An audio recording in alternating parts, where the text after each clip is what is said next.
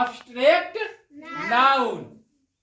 जिस संज्ञा शब्द से पदार्थों के धर्म, गुण, दोष, अवस्था और विभिन्न व्यापार आदि का बोध होता है उसे भाववाचक संज्ञा कहते हैं। जैसे चोरी, बचपन, बुढ़ापा, शौर्य, मित्रता, बंधुत्व आदि।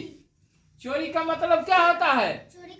चोरी करना। तो एक कर्म में आता है, बुरा कर्म है तो क्या है? कर्म में आता है ना। तो ये क्या हो जाएगा? भाववाचक संज्ञा हो जाएगा। बचपन है ना, तो बचपन का मतलब क्या होता है? जब छोटे छोटे हम लोग रहते हैं और खेलते हैं तो उस समय की अवस्था को क्या बोलते हैं?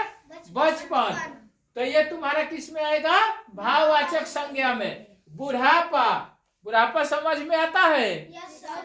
जब हम लोग पूरा बड़े हो जाते हैं, ये बाल पकने लगता है, दाढ़ी पकने लगता है, ठीक, ये डंडा पकड़ के कमर झुक जाता है, उस अवस्था को हम लोग क्या कहते हैं?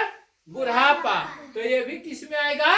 भाववाचक संज्ञा में। शौर्य है, यानी कि शौर्य का मतलब साहस होता है, पराक्रम, तो ये भी भाववाचक संज्ञा में आएगा। मित्रता, शत्रुता, बंधुत्व, ये सब किस में आएगा?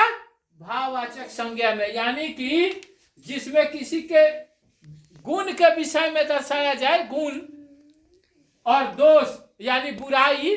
गुण का मतलब अच्छाई और दोष का मतलब बुराई, ठीक है।